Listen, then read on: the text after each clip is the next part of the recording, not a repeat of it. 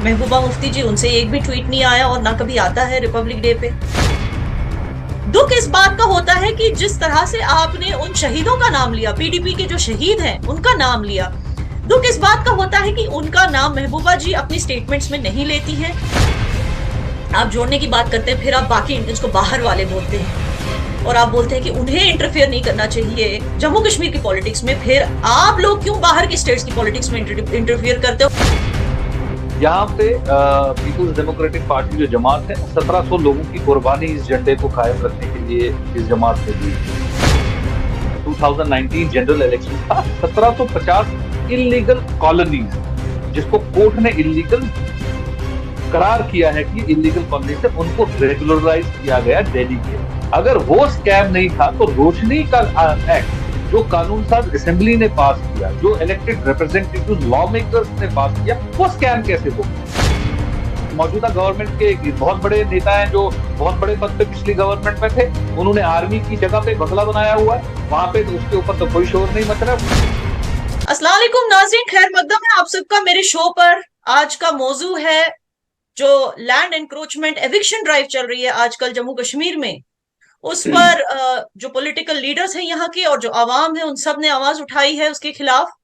तो आइए हम कुछ जानकारी इसके बारे में हासिल करते हैं। आज के जो हमारे गेस्ट हैं उनकी तरफ रुख करते हैं। आज हमारे साथ जुड़ चुके हैं एक ऐसे शख्स जो खुद कश्मीरी पंडित होकर भी शायद उन चंद शख्सों में से है, उन चंद बाशिंदों में से है जो पीडीपी और महबूबा मुफ्ती जी की आइडियोलॉजी से वाबस्तगी रखते हैं और पीडीपी के एक लीडर भी हैं और कई बार मेरे साथ जो है नेशनल न्यूज चैनल्स पे डिबेट पे आ चुके हैं। वेलकम टू माय शो मोहित भान जी। थैंक यू सो मच याना। बहुत एक एक अलग सा तारुफ आपने आज दिया कि शायद मैं इकलौता एक ऐसा इंसान, ऐसा नहीं है। देखिए, महबूबा मुफ्ती साहिबा इस रियासत की चीफ मिनिस्टर भी रह चुकी हैं और आई थिंक इस दुनिया की और देश की सबसे बड़ी पार्टी के साथ भी हमने सरकार चलाई है स्टेट की फलाह बहबूदी के लिए। लेकिन ठीक है, उसके लेकिन वो ऊपर फिर चर्चा इलेक्टेड चीफ करेंगे। Thank you minister for the नहीं थी ना इंट्रोडक्शन। मोहित जी, वो इलेक्टेड चीफ मिनिस्टर तो नहीं रही है। She was not elected. Elected chief minister, chief minister elected कैसे इलेक्टेड नहीं थी, मैं समझा नहीं। I don't think that she one by votes. She just, वो मुफ्ती मोहम्मद सईद के बाद वो स्ट्रेट अवे आ गई खुद ही, इसी बस शी जी जस्ट। जी नहीं नहीं नहीं नहीं, नहीं आप आपको गलत फहमी है शायद इस चीज को लेकर। वो उस टाइम पे मेंबर पार्लियामेंट थी। उसके बाद जब मुफ्ती साहब का देहांत हुआ तो उसके बाद उन्होंने बाई इलेक्शंस यहाँ पे लड़े और वो बाई इलेक्शंस जीत कर उन्होंने असेंबली के अंदर शिरकत की और बाहर चीफ मिनिस्टर अपनी जो जिम्मेवारी है। चलिए कोई बात नहीं, अच्छा हुआ जो आपने ये चीज क्लियर कर दी, क्योंकि ये एक तरह की रूमर आप कह सकते हैं लोगों में है कि वो अनइलेक्टेड चीफ मिनिस्टर रह चुकी है। जी दूसरी नहीं बात, इससे पहले कि नहीं हम अपने टॉपिक पे डिस्कशन शुरू करें, मैं आपको पूछना चाहती नहीं। हूँ, आज आपने मुझे मेंशन किया था कि आप राहुल गांधी की भारत जोड़ो यात्रा में शामिल होने गए थे। तो उसका आपका जी जी एक्सपीरियंस कैसा रहा और मतलब आपको क्या लगता है कि वो फाइनली कश्मीर तक पहुंच पाएंगे या नहीं, क्योंकि वहां कुछ सिक्योरिटी के मसले चल रहे हैं उनको लेकर। जी, देखिए हम आज जो हमारा प्रोग्राम है उनके साथ यात्रा में जुड़ने का, ये मुख्तलिफ जिलों में और स्टेजेस पे है। तो आज हमारे यहाँ उनका साथ जुड़ने का प्रोग्राम काजीगुंड में था, जिसके लिए हमारे पार्टी के सीनियर लीडर जो साहब का एमएलए भी रहे हैं 4 बारी, बीडी साहब की क़यादत में हम काजीगुंड पहुंचे उनका वेलकम करने के लिए, उनकी यात्रा के साथ जुड़ने के लिए, क्योंकि एक बहुत ही अच्छा मैसेज लेकर, political differences apart, political ideologies apart, but एक देश को जोड़ने के लिए मोहब्बत और नफरत के खिलाफ एक एक एक आवाज बनकर वो निकले हैं। और हम समझते हैं कि उसके साथ उनकी उसमें शिरकत करना देश की फलाह बहबूदी और लोगों की फलाह बहबूदी के लिए बहुत जरूरी था। तो हम काजीगुंड उसमें उसमें शामिल होने के लिए पहुंचे। लोगों के अंदर बहुत सारा इंथुजियाज्म था। हमारी पार्टी के वर्कर, हजारों वर्कर हमारे साथ वहां पे गए, कांग्रेस के वर्कर वहां पे थे।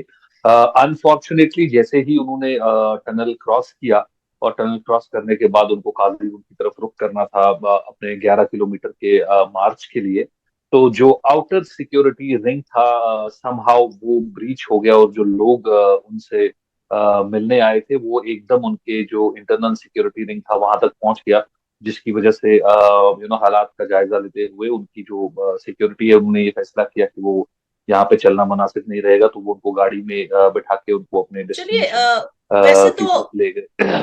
जी जी, वैसे तो पुलिस का ये स्टेटमेंट आया है कि वहां पे सिक्योरिटी को लेके कोई मसला नहीं था।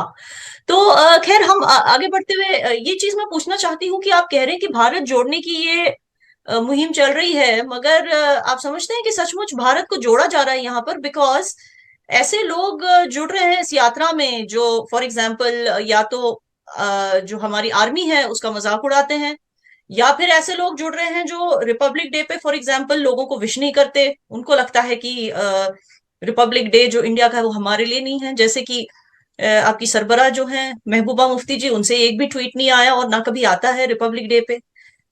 फिर भी उमर अब्दुल्ला साहब विश कर लेते हैं, लेकिन कभी कभी, लाइक पिछले साल मुझे लगता है उन्होंने किया, इस साल उन्होंने भी नहीं किया, और महबूबा मुफ्ती जी ने भी नहीं किया। देखिए, जब ये सीएम बनते हैं तो ये ओथ लेते हैं इंडियन कॉन्स्टिट्यूशन का, तब इनको इंडियन कॉन्स्टिट्यूशन ठीक लगता है। कॉन्स्टिट्यूशन का आगाज कब हुआ था? रिपब्लिक डे पे।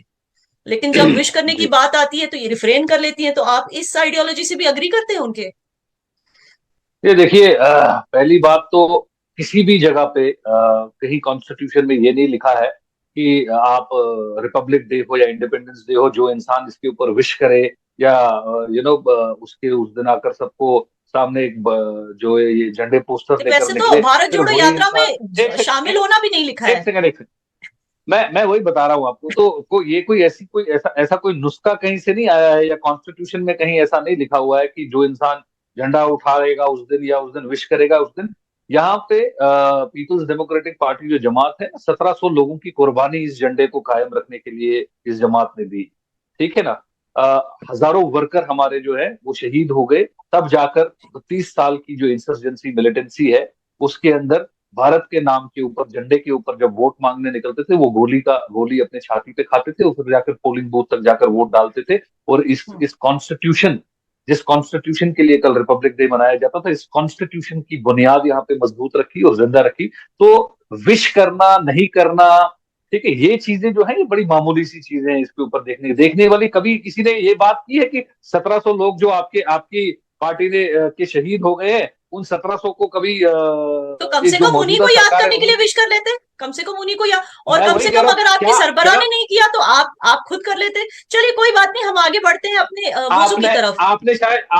आपने शायद चलो मेरा ट्वीट नहीं देखा होगा। आप बड़े बड़े लीडर्स के ही ट्वीट खाली देखते हैं। आप मेरा नहीं, ट्वीट अगर आपने देखिए, किया मैंने है तो बहुत ये बहुत अच्छी बात है। बखूबी आई किया है। अप्रिशिएट, थैंक यू ठीक है, सो मच, मैंने एज एन मैंने बड़ा इंडियन टू बखूबी अनदर विश किया इंडियन। है। Happy belated Republic Day to you. अब हम अपनी मौजू की तरफ हैप्पी रिपब्लिक बढ़ते डे। हैं। तो मैं दर्शकों को बता दूं कि लैंड इंक्रोचमेंट एविक्शन ड्राइव जो आजकल जम्मू कश्मीर में चल रही है, आइए पहले हम थोड़ी सी जानकारी हासिल करते हैं इसके बारे में। और जिन लोगों पे आरोप लगे हैं, इस साल की जो लिस्ट निकली है उनके नाम जानने की कोशिश करते हैं। लेकिन प्लीज याद रहे कि इनकी सुनवाई अब भी सुप्रीम कोर्ट में चल रही है और ये आरोप अभी तक साबित नहीं हुए। आइए देखते हैं कुछ रिपोर्ट्स। इंडिया में पहली बार लैंड रिफॉर्म जम्मू कश्मीर में ही हुआ था सन 1950 में। उसके बाद 2001 में नेशनल कॉन्फ्रेंस, जो उस वक्त बीजेपी के साथ अलायंस में थी, इसने Jammu Kashmir state land act introduce किया, जिसके तहत गवर्नमेंट जायज तौर पे गरीब अनऑथराइज्ड लैंड ओनर्स को ओनरशिप ग्रांट करती थी, जिसके बदले फीस लेती थी। और इस फीस से इरादा किया गया था कि पावर जनरेशन प्रोजेक्ट्स को फंड किया जाए। मगर अमीर लोगों ने गरीबों से सस्ते दाम में लैंड खरीदना शुरू कर दिया और उसके ओनर्स बन गए। लेकिन एनसी ने फिर भी लैंड ग्रैबिंग की कट ऑफ डेट रखी थी 1990। मगर एनसी के बाद जो गवर्नमेंट्स आई, यानी कि पीडीपी और कांग्रेस, इन्होंने कट ऑफ डेट बढ़ाकर 2004 कर दिया। और जब गुलाम नबी आजाद साहब सीएम बने तो उन्होंने कट ऑफ डेट 2007 कर दिया। रोशनी स्कीम से जम्मू कश्मीर गवर्नमेंट का टारगेट था 25,000 करोड़ रुपए रेज करने का, मगर इस रोशनी स्कैम की वजह से सिर्फ 76 करोड़ रेज कर पाई, वो भी कुल 71,000 एकड़ जमीन की रेगुलराइजेशन करने के बाद। तभी 2014 में ऑडिटर जनरल ऑफ इंडिया ने इस स्कैम को रेड फ्लैग किया। 2018 में गवर्नर सत्यपाल मलिक ने रोशनी एक्ट को दरख्वास्त कर दिया और जेके हाई कोर्ट ने रेगुलराइज जमीनों पर ट्रांजैक्शंस की रोक लगा दी। 2020 में हाई कोर्ट ने रोशनी एक्ट को गैर आईनी बताकर फरमान दर्ज किया कि उन सारे अमीरों की लिस्ट बनाई जाए जिन्होंने रोशनी एक्ट को रोशनी स्कैम बनाया और नाजायज तरीके से जमीनों पर कब्जा किया, और उनसे जमीन वापस ली जाए। पहली इलीगली लैंड ग्रैब की लिस्ट में 868 नाम आए और 6 महीने के अंदर उनसे जमीन वापस लेने के लिए सरकार ने मुहिम शुरू कर दिया था। 2023 शुरू होते ही जम्मू कश्मीर की यूटी सरकार के रेवेन्यू कमीशन की एक नई लिस्ट सामने आई है, जिसमें 30 और नाम हैं इन्फ्लुएंशियल लैंड ग्रैबर्स के, जिसमें से बीजेपी लीडर्स हैं जैसे कि अब्दुल गनी कोहली, चमन लाल गुप्ता, कुछ पीडीपी लीडर्स हैं जैसे कि जुल्फिकार अली, शांति देवी जी, कुछ एनसी लीडर्स हैं जैसे कि अब्दुल वहीद शान, सज्जाद अहमद किचलू और उनके रिश्तेदार, कुछ कांग्रेस लीडर्स हैं जैसे कि अब्दुल मजीद वानी, एक्स सीएम गुलाम नबी आजाद साहब के भाई निसार आजाद और सज्जाद आजाद, कुछ गवर्नमेंट ऑफिशियल्स हैं जैसे कि जेके बैंक के फॉर्मर चेयरमैन मोहम्मद यूसुफ खान और कुछ बिजनेसमैन हैं जैसे अब्दुल मजीद मलिक। अब एलजी गवर्नमेंट का टारगेट है कि 31 जनवरी से पहले इन सब लोगों से लैंड रिकवर की जाए, मगर एडवोकेट मुजफ्फर इकबाल खान ने इन सब लोगों की तरफ से सुप्रीम कोर्ट में पिटीशन फाइल की और सुप्रीम कोर्ट ने मरकजी गवर्नमेंट से जवाब मांगा है और तब तक ये एविक्शन ड्राइव फिलहाल रोक दिया गया है। नई लिस्ट के हिसाब से कुल 76 एकर्स ऑफ लैंड की रिकवरी की जानी चाहिए, जिसमें से सबसे ज्यादा लैंड ग्रैबिंग की वायलेशन आप इस ग्राफ में देख सकते हैं कि एनसी के लीडर्स ने की है। 30% वायलेशन एनसी के लीडर्स ने की है 76 कनाल्स में से, कुछ 15% पीडीपी के लीडर्स ने की है, कुछ 21% बीजेपी के लीडर्स ने की है, कुछ 11% कांग्रेस और डीएपी की लीडर्स ने किए हैं और बिजनेसमैन ने कुल मिलाकर कुछ 15 से 16% वायलेशंस किए हैं और 76 कनाल्स में से गवर्नमेंट ऑफिशियल्स ने 7% लैंड ग्रैबिंग वायलेशन की। मोहित जी, अब इन रिपोर्ट्स को देखने के बाद इसमें जो नाम आए हैं निकल के, इसमें कुछ पीडीपी लीडर्स के भी नाम आए हैं, तो इसको एक मिनट के लिए साइड में रखते हुए हम इस लैंड एनक्रोचमेंट की बात करते हैं। तो जब महबूबा मुफ्ती जी जो है कुछ ऐसे लोगों के पास पहुंची जिनसे उनकी लैंड छीन ली गई, कुछ ट्राइबल लोगों के पास, तो उन्होंने एक स्टेटमेंट दिया प्रेस में। उन्होंने कहा कि जो एलजी गवर्नेंस है वो लैंड को इसीलिए एविक्ट करना चाहती है क्योंकि वो आउटसाइडर्स को देना चाहती है वो लैंड वहां पर अपार्टमेंट्स बनाने के लिए। क्या आप बता सकते हैं कि कहां से इनको ये रेफरेंस मिला, किस सोर्स से इनको ये रेफरेंस मिला जो उन्होंने ये बयान किया, और क्यों ऐसा बयान किया? क्योंकि आप भी जानते हैं और मैं भी जानती हूँ कि एविक्शन ड्राइव दरअसल किस रीजन के लिए हो रही है। जो रोशनी स्कैम हुआ था, देखिए, पहली बात तो आप जिसको रोशनी स्कैम कह रहे हैं वो कोई स्कैम नहीं है। असेंबली के अंदर जो कानून साज असेंबली है उसके अंदर जो इलेक्टेड रिप्रेजेंटेटिव्स हैं उन्होंने एक बिल पास करके कानून बनाया। असेंबली जो कानून बनाती है आप उसको ये नहीं कह सकते हैं कि वो स्कैम है। आज से 2 साल पहले अगर आपको याद है तो बीजेपी का जब 2019 जनरल इलेक्शन था, 1750 इलीगल कॉलोनीज जिसको कोर्ट ने इलीगल करार किया है कि ये इलीगल कॉलोनीज है, उनको रेगुलराइज किया गया दिल्ली के अंदर। ठीक है, उसके बाद वो इलेक्शन के अंदर गए। अगर वो स्कैम नहीं था तो रोशनी का एक्ट जो कानून साज असेंबली ने पास किया, जो इलेक्टेड रिप्रेजेंटेटिव्स लॉ मेकर्स ने पास किया, वो स्कैम कैसे होगा? आप उसको कैसे स्कैम बोल सकते? वो स्कैम इसलिए है मोहित जी, वो स्कैम इसलिए है मोहित जी क्योंकि वो गरीबों के लिए किया गया था और गरीबों से कम दामों में जमीन उठाकर जो इन्फ्लुएंसर्स है उन्होंने लैंड ग्रैबिंग की। तो वो जो रोशनी स्कीम था उसको रोशनी स्कैम बना दिया इन्हीं लोगों ने। वो एक्चुअली जब इंट्रोड्यूस हुआ था तब स्कैम नहीं था जी। ठीक है, चलिए 2 मिनट के लिए आप ही की बात मान के चलते हैं कि भाई वो गरीब के लिए बना था, उसको अमीर ने किया। तो ये इसका फैसला कौन तय करता है? एक जमहूरियत के अंदर इसका एक प्रोसेस है, यहाँ कोर्ट्स है। ठीक है ना, आप कोर्ट में जाइए, कोर्ट में जाकर उसके ऊपर कर दीजिए। कोई बाबू जो 3 साल के लिए 2 साल के लिए पोस्ट होने के लिए यहाँ पे पोस्टिंग पे आए हैं अपनी अपनी अपनी जिम्मेवारी तय करने के लिए, वो एक स्ट्राइक ऑफ पेन से ये डिसाइड नहीं कर सकते हैं कि असेंबली का सारा कानून ही जी गलत था या जी सारा। इसके लिए कमीशन है, इसके लिए इंक्वायरी कमीशन है, इसके लिए इस देश के अंदर कोर्ट्स हैं जो डिसाइड करेंगे कि हाँ जी इसके अंदर कुछ रेवेन्यू कमीशन ने ही इसको सामने किया है ना, इस लिस्ट को, जिसमें पिछले साल 868 नेम्स थे और इस साल कुछ 30 और नेम्स उसमें ऐड हो गए जी। अरे तो वो तो एक आप ऑफिस के अंदर बैठे हुए हैं, आपके अंदर एक अपनी एक एलजी एडमिनिस्ट्रेशन है जो भी इलेक्टेड रिप्रेजेंटेशन के साथ नहीं चल रही है। आपका कल मन आता है 30 लोगों का नाम डालने का, परसों 50 लोगों का नाम डालने का, तो आप डाल देंगे किसी तो का भी। आप ये कह रहे हैं कि जिन्होंने स्कैम किया उन्हीं को लेकर एक कमीशन बिठाई जानी चाहिए और वही लोग पास करेंगे कि वही लोग डिसाइड करेंगे किसने स्कैम किया किसने नहीं, आप ये कह रहे हैं? क्योंकि मैं आपको याद दिला दूं मोहित जी, 2014 में जी मैं आपको मौका दूंगी। 2014 में बस कुछ याद दिला दूं, 2014 में जो लेजिस्लेटिव असेंबली में एनसी ने पीडीपी पर ही ये इल्जाम लगाया था लैंड ग्रैबिंग का। 500 एकर्स ऑफ लैंड, ये कोई छोटी बात नहीं है। सरताज मदनी साहब पे, जो महबूबा मुफ्ती जी के मामा हैं, उन पर ये आरोप लगाया था कि उन्होंने लैंड ग्रैबिंग की थी 500 एकर्स इन अनंतनाग। तो जब ये, ठीक तो है जी, आप ठीक। चाहते हैं कि ऐसे ही लोगों का एक कमीशन हो, इलेक्टेड लोगों का एक कमीशन हो, जिनको लोगों जी नहीं, ने जिनको लोगों ने दिल से मैं, भरोसा करके इलेक्ट किया, फिर बाद में उन्होंने लोगों के साथ ऐसे सुनिए, किया, आप वही कमीशन में आए और वही बताएं कि किसने चीटिंग की, याना किसने नहीं। जी, जी। याना जी, बात सुनिए। मैंने ये नहीं कहा कि आप उन लोगों का कमीशन बनाए। आप कमीशन किसी सुप्रीम कोर्ट के जज के अंदर बनाए। आप किसी सिटिंग सुप्रीम कोर्ट के जज के अंदर कमीशन बनाए। मैं नहीं बोल रहा हूं आप इलेक्टेड रिप्रेजेंटेटिव जो पहले एमएलए रह चुका है, कोई मिनिस्टर रह चुका है, एमपी रह चुका है, आप उसके अंदर कमीशन बनाइए, बिल्कुल नहीं। यहाँ पे सुप्रीम कोर्ट जजेस हैं, आप उनके अंदर बनाइए, सिटिंग सुप्रीम कोर्ट जज के अंदर एक कमीशन बनाइए। तो उसमें क्या प्रॉब्लम? आप बनाइए, फैक्ट सामने लेकर आइए। यहाँ पे तो मौजूदा गवर्नमेंट के बहुत बड़े नेता हैं जो बहुत बड़े पद पे पिछली गवर्नमेंट में थे। उन्होंने आर्मी की जगह पे आर्मी की जगह पे बंगला बनाया हुआ है। वहां पे तो उसके ऊपर तो कोई शोर नहीं मच रहा है, वहां तो आर्मी की बिल्कुल नहीं, नोटिस नहीं, है, हमारी हाईकोर्ट रिपोर्ट के में जो इविक्शन अभी हमने नोटिस है। दिखाया, तो इसमें उसके हमने ऊपर, पहले एक बीजेपी सेकंड, की ही लीडर्स का। उसके ऊपर तो कोई बवाल नहीं मचाया गया। उसके आपको सरताज मदनी साहब याद है, लेकिन उनका नाम तो आपकी जबान नहीं, पे नहीं, एक नहीं, बार ही नहीं हमारी आया। रिपोर्ट में उनका बीजेपी उनका वाले नाम भी लेने से मेंशन्ड है। आप कतरा रहे।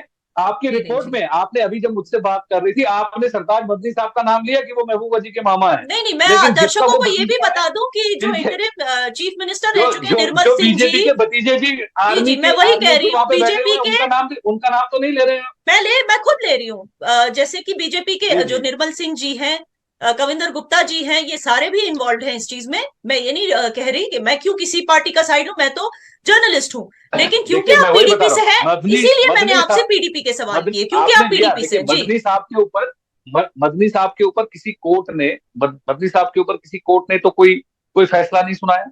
जी। किसी कोर्ट ने कोई फैसला नहीं सुनाया, हाँ जी इस इंसान ने कोई जमीन कब्जे में ली है या इसके इसके अंदर में कोई। लेकिन निर्मल सिंह जी और कविंदर गुप्ता जी के ऊपर तो कोर्ट का ऑर्डर है ना। जी। म्युनिसिपैलिटी जम्मू जीएमसी का ऑर्डर है, लिखित सरकारी कागज उनके नाम के ऊपर।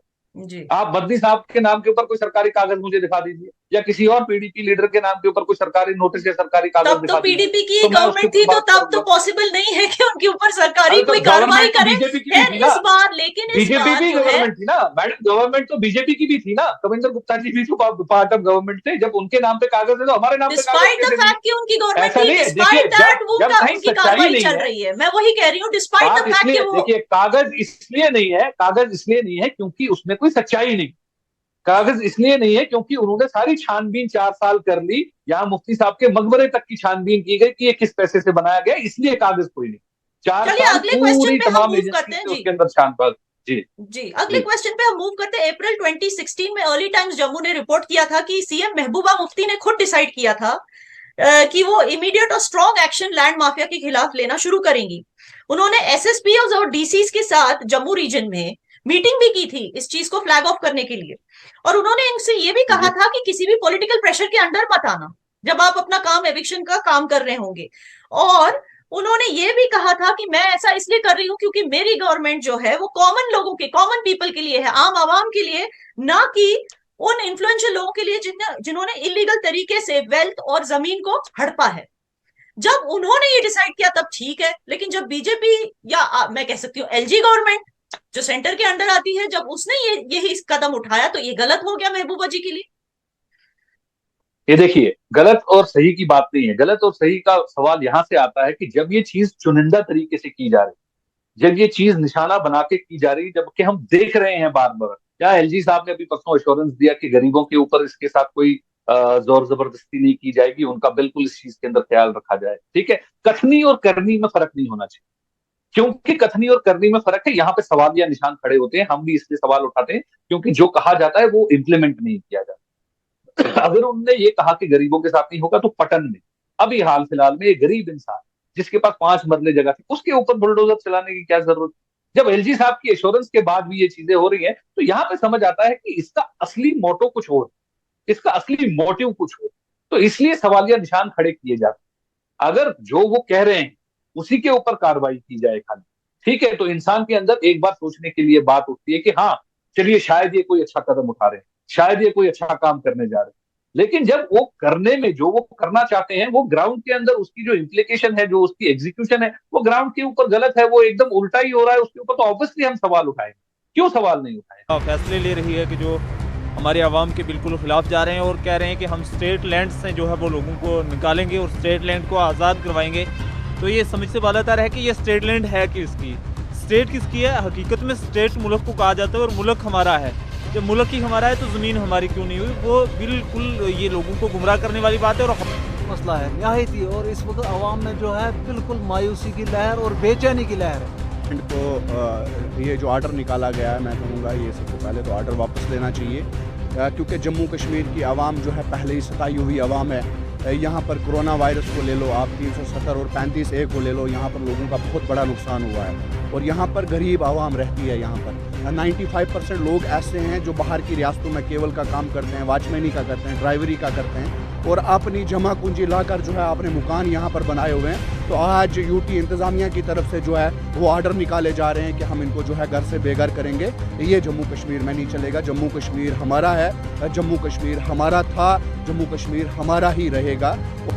लैंड का आपने सुना है कि ये जो है गरीब लोगों के साथ जो नाइंसाफ़ी हो रही है, मैं इस चीज़ की मजम्मत करता हूँ। और आपने देखा है कि जो लेटर जो है आना स्टार्ट हो गए हैं कि आप 2 दिन में, 4 दिन में, 6 दिन में जो है मकानों को खाली कर दो, ज़मीनों को खाली कर दो। कहीं ना कहीं जो है ये जम्मू कश्मीर के अवाम के साथ जो है बीजेपी सरकार और यूपी जो इंतज़ामिया है कहीं ना कहीं जुल्म कर रही है। हम जी यहाँ पे तो आप इसकी यहाँ की बात कर रहे हैं, आपने इंटीग्रेशन, जेएंडके की इंटीग्रेशन की आप बात करते हैं जी, 370 हटाया गया, ये इंटीग्रेट करना है, ऐसा करना है, वैसा करना है, बहुत बड़ी बड़ी बातें हुई, बड़े बड़े वादे हुए। ठीक है, अभी लेटेस्ट सर्वे अभी परसों गुजरात में हुआ, 35% of the buildings which are constructed in Gujarat are illegal building. ठीक है, ये सरकारी रिपोर्ट है। उसके बाद इलेक्शन जीतने के बाद पहला बिल जो लेजिस्लेटिव असेंबली गुजरात में लाया जा रहा है, that is authorisation of unauthorised development bill 2023। ये उनका पहला बिल है, सबसे पहला बिल ही बीजेपी सरकार गुजरात असेंबली में ये ला रही है कि जो अनऑथराइज, और उसका जो रीजन वो दे रहे हैं, वो कह रहे हैं कि ये जो अर्बनाइजेशन बड़ी रैपिड तरीके से, ये जो शहरी बढ़ाव हो रहा है, ये जो बस्तियां बढ़ रही है जल्दी तौर के ऊपर, क्योंकि इसके पास हमारे पास जगह नहीं है, तो इसलिए इसको हमारे को लीगल स्ट्रक्चर देना है, क्योंकि आबादी बढ़ रही है। तो जब गुजरात के अंदर आपको कोई परेशानी नहीं है, दिल्ली के अंदर आपको परेशानी नहीं है, यूपी के अंदर आपको परेशानी नहीं है, तो ये पटन में या सिंहपुरा में या गांधरबल में बेचारे किसी गरीब के पास, अगर वो वहां पे खेती करता है, वहां पे तो कोई 5 सितारा होटल नहीं बनाया उसने, वहां तो उसने कोई बड़े बड़े जिम या स्विमिंग पूल या कोई कोई क्लब नहीं बनाया उसने, वहां वो बेचारा खेती करता है, 5 कनाल 4 कनाल जमीन पे, उसके ऊपर वो कुछ कमाता है, उससे अपना अयाल चलाता है, इसमें क्या परेशानी है? और जी ये बिल्कुल, चीज, ये आपने कानून, सही ये कहा तो कि अगर जी अगर एलजी ने कहा है कि रियायत बख्शी जाएगी गरीबों को, तो उन्हें उस पर तुरंत एक्शन लेना चाहिए। ये मैं आपकी बात मान गई। आपने गुजरात का जिक्र किया, इससे मुझे एक चीज याद आई कि खारगोन में भी ऐसा कुछ हुआ था।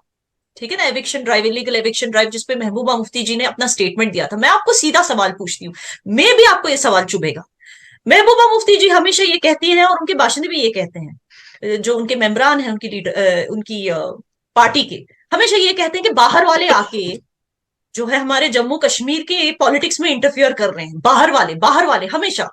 ठीक है, एक तरफ आप भारत जोड़ने की बात करते हैं, दूसरी तरफ इस तरह की आउटसाइडर्स आर कमिंग, बाहर से आए हैं। एलजी आपके अपने हैं, मेरे अपने एलजी है, लेकिन हमेशा उनको ऐसे दिखाया जाता है आउटसाइडर है। जो भी मरकजी गवर्नमेंट से यहाँ आता है, या जो भी जम्मू कश्मीर पुलिस में आता है भर्ती होके बाहर से, उसको ऐसे बोला जाता है कि वो बाहर से आया है, बाहर से आया है।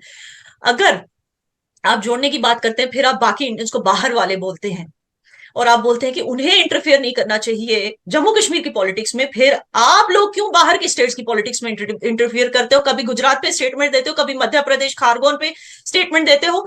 इसका ये मतलब, ये टू वे क्यों हो, ये हिपोक्रेसी क्यों? You should also not interfere in other states if you feel that they are not your own people. देखिए, ये जो सबसे बड़ा मैं एक कंफ्यूजन दूर कर दूं, जब आप ये बात करते हैं ना कि बाहर से लफ्ज का जब इस्तेमाल किया जाता है, या हम बोलते हैं ये बाहर का इंसान, ठीक है, ये बहुत बड़ा कंफ्यूजन है। बाहर का मतलब हम ये नहीं बोलते हैं ये अमेरिका से आया है, या ये कहीं ब्रिटेन से आया है, या जर्मनी से, या पाकिस्तान से आया है। हम एक फेडरल स्ट्रक्चर है। This country is an example of wonderful federal structure. ठीक है, जहां पे within the country there are unions, okay, ठीक है। जो अलग अलग स्टेट्स हैं वो अपने अपने कानून के हिसाब से यहाँ पे चलते हैं। और जब हम बाहर की बात करते हैं, ये खाली हमारे ही स्टेट की बात नहीं है। मैंने महाराष्ट्र में, बॉम्बे में पढ़ाई, ठीक है। मैंने इंडिया के 8 स्टेट में नौकरी की। कर्नाटका चले जाइए आप, वो भी वहां पे लोगों को जो वहां कर्नाटका का नेटिव बाशिंदा नहीं बोलते, आप बाहर से। आप महाराष्ट्र में जाइए, बाल साहब ठाकरे जिनके साथ बीजेपी की आइडियोलॉजिकल मतलब एकदम दो जिस्म एक जान वो थे, वो बोलते थे मैं महाराष्ट्र का, महाराष्ट्र मेरा।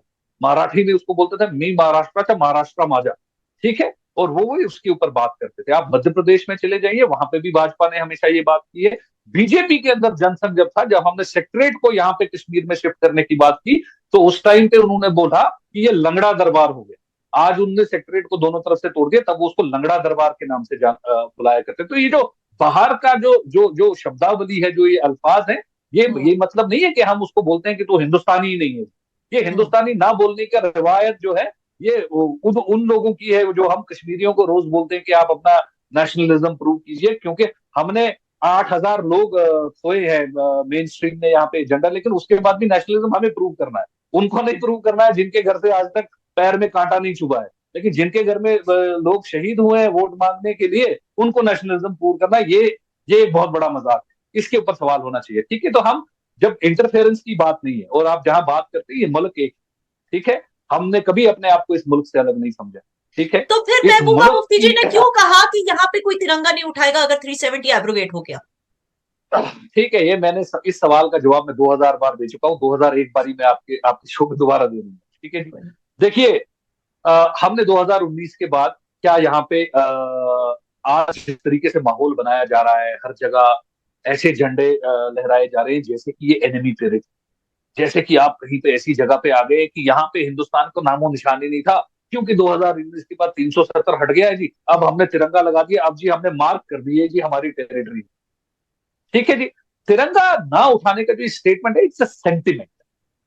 यहाँ पे 70 साल में बहुत कुर्बानियां देनी पड़ी है लोगों को, मेन स्ट्रीम से पुलिस के एहलकार, फौज के एहलकार, अलग अलग लोगों ने बहुत कुर्बानियां दी हैं ताकि हम ये जो शर पसंद अनासर है इसको दूर रखें और लोगों को मेन स्ट्रीम किया जाए, ठीक है।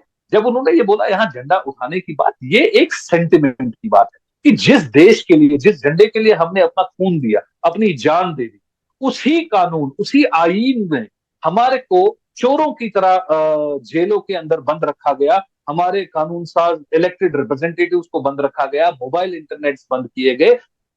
दुख इस बात का होता है कि जिस तरह से आपने उन शहीदों का नाम लिया, पीडीपी के जो शहीद हैं उनका नाम लिया, दुख इस बात का होता है कि उनका नाम महबूबा जी अपनी स्टेटमेंट्स में नहीं लेती हैं, और उन्हीं की रिस्पेक्ट के लिए, उन्हीं की शहादत को ग्लोरीफाई करने के लिए अगर वो झंडे का नाम लेती या तिरंगा का नाम लेती, उसको रिस्पेक्ट से लेती, या वो फॉर एग्जांपल रिपब्लिक डे पर ही लोगों को विश करती या इंडिपेंडेंस डे पर लोगों को विश करती, तो लोगों को उस शहादत की ज्यादा वैल्यू होती उन लोगों की शहादत की, पीडीपी से, जिन्होंने अपनी लाइफ को कुर्बान कर दिया इस देश के लिए।